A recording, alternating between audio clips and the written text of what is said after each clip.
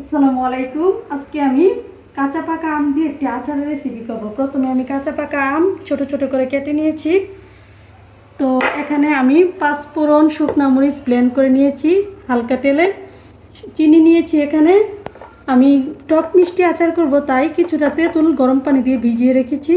শুকনা মরিচ নিলাম 2টা, রসুন কুচি করে নিয়েছি, আস্ত 5 ফোড়ন নিয়েছি আর সরিষার তেল। এখানে প্রথমে আমি প্যান গরম করে সরিষার তেল দিয়ে দিলাম। এখন 2টা শুকনা মরিচ আমি মাঝখান দিয়ে থেতো করে দিয়ে দিব। ছিঁড়ে দিয়ে দিব। 5 ফোড়ন দিয়ে দিলাম কয়েকটা। দেব কুচি করে রাখা রসুন।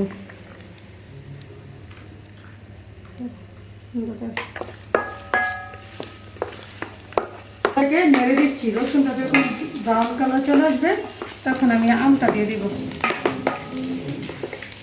রসুনটা ব্রাউন কালার হয়ে গেছে, এখন আমি আম কুচি করে রাখা আমটা দিয়ে দিব।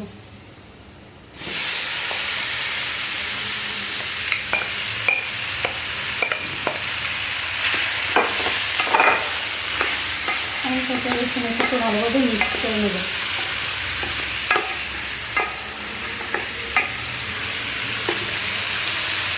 এবার আমি দিয়ে দিলাম পরিমাণ মতো লবণ।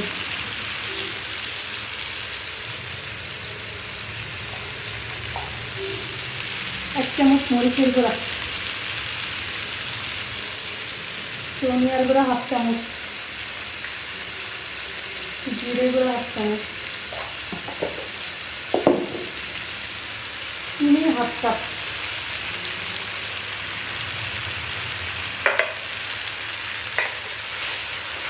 সব উপকরণগুলো আমি একসাথে মিক্স করে নেব।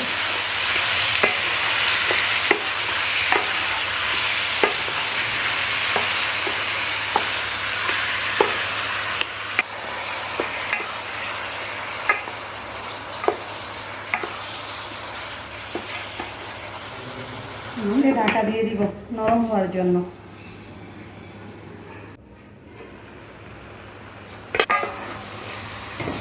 এখন কিছুটা নরম হয়ে আসবে, তখন আমি তেঁতুলের পাল্পটা দিয়ে দেব।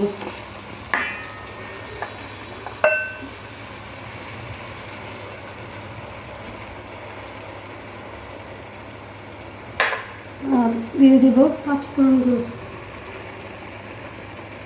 আমি হালকা তেলে ব্লেন্ড করে নিয়েছিলাম, পুরোটা দিয়ে দিলাম। দিয়ে সবগুলোকে আমি একসাথে মিক্স করে নেব।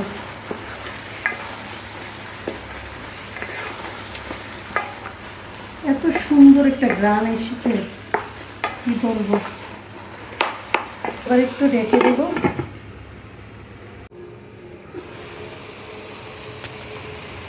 আচারটা যখন শেষ পর্যায়ে চলে আসবে তখন আমি হাফ কাপ পরিমাণ ভিনেগার দিয়ে দেবো। আচারটা যেন দীর্ঘদিন ভালো থাকে।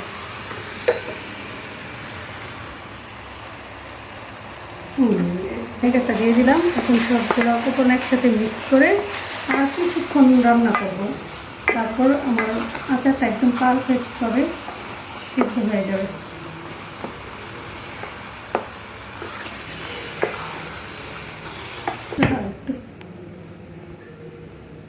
এই তো আমার আচারটা প্রায় কমপ্লিট হয়ে গেছে। এখন আমি চুলাটা অফ করে দেব।